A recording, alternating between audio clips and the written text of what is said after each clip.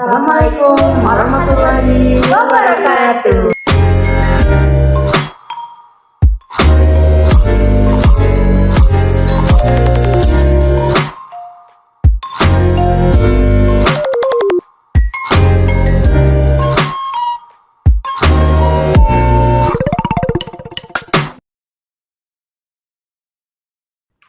Assalamualaikum warahmatullahi wabarakatuh. Halo semuanya, saya Desi Novitasari sebagai konselor. Dan saya Salsa Nabila sebagai konseli. Di sini kami akan mempraktekkan konseling dengan metode pendekatan psikoanalisis. Selamat menyaksikan.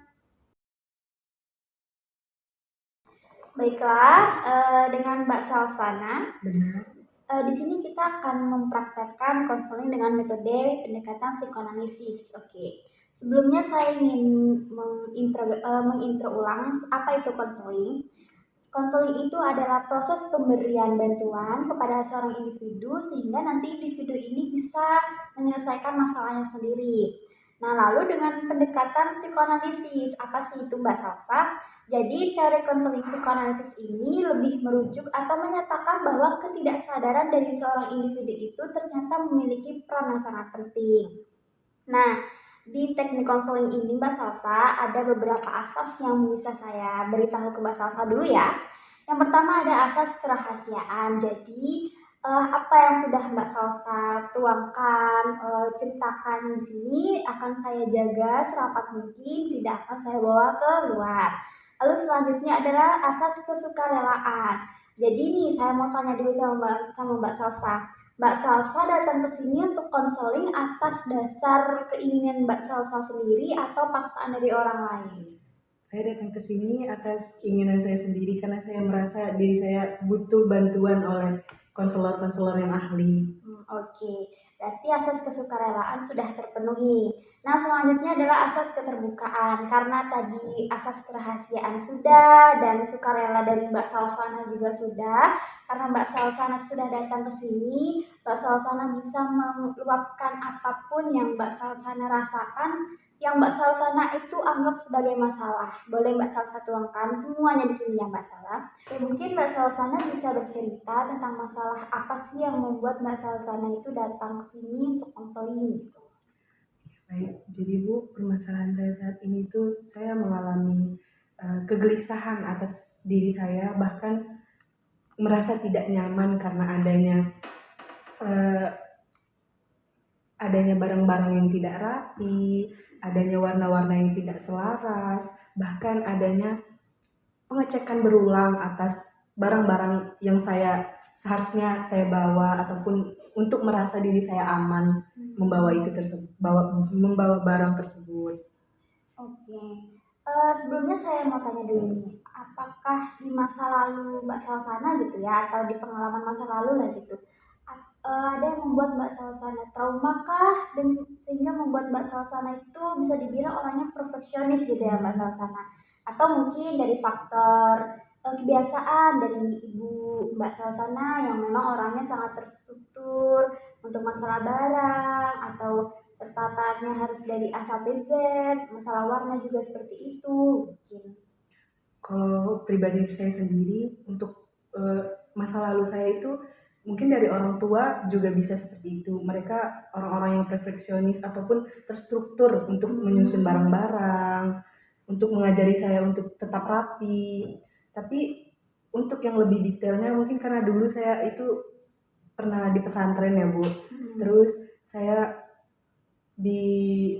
karena di sana barang-barang saya sudah tertata rapi, bahkan harus rapi untuk sekian uangnya. Jadi kalau tidak rapi itu kita dapat hukuman begitu Bu. Jadi saya takut kalau barang-barang saya itu tidak rapi, berarti saya tidak aman ataupun saya gelisah karena itu Bu. Lalu apa yang Mbak Salsana rasakan ketika semisal Mbak Salsana datang ke tempat yang secara susunan barang kah, warna kah, atau lain sebagainya itu tidak rapi, ataukah kegelisahan saja atau Mbak Salsana merasa yang lain gitu? Terkadang saya merasa diri saya itu tidak nyaman karena barang-barang yang seharusnya di tempatnya, tapi tidak di tempatnya, saya merasa diri saya harus melakukan dan meletakkan barang itu di tempatnya, Oh, Bu. Begitu. rasa ingin Iya, benar, merapikan Bu, gitu. benar. Oke, Mbak Salsana ini memang orangnya perfeksionis ya.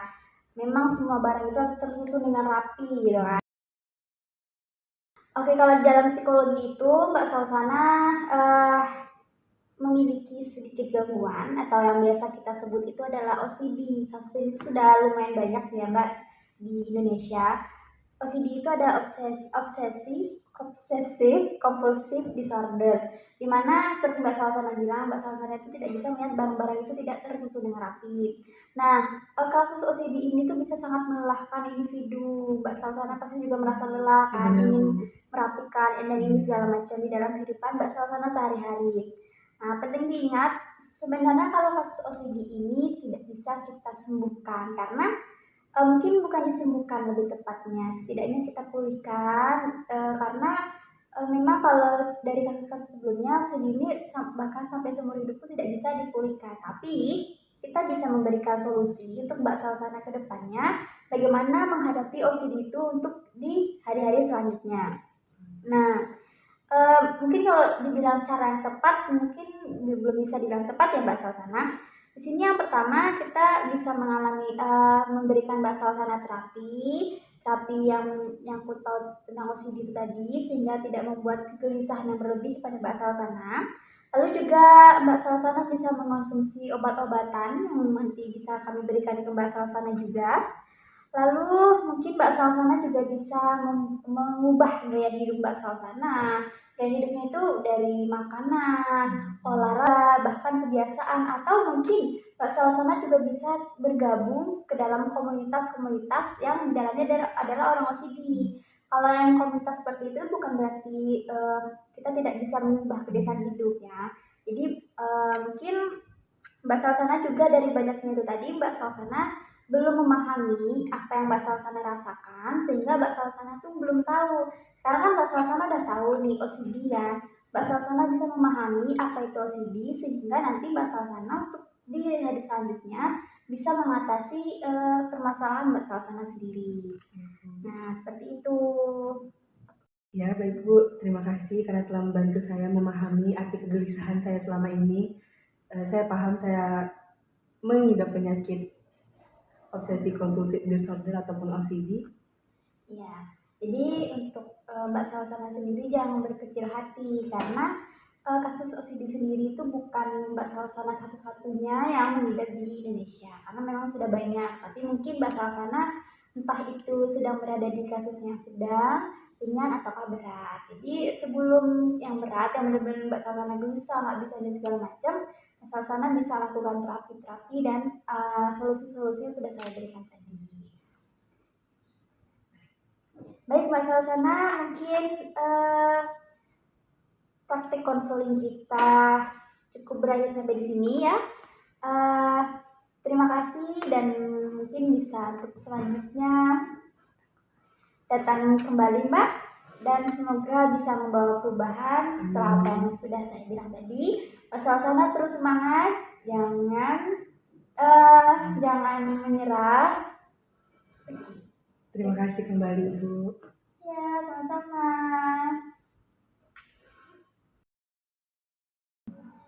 Hai, sekian praktek konseling dari kami. Kurang lebihnya kami mohon maaf. Assalamualaikum warahmatullahi wabarakatuh.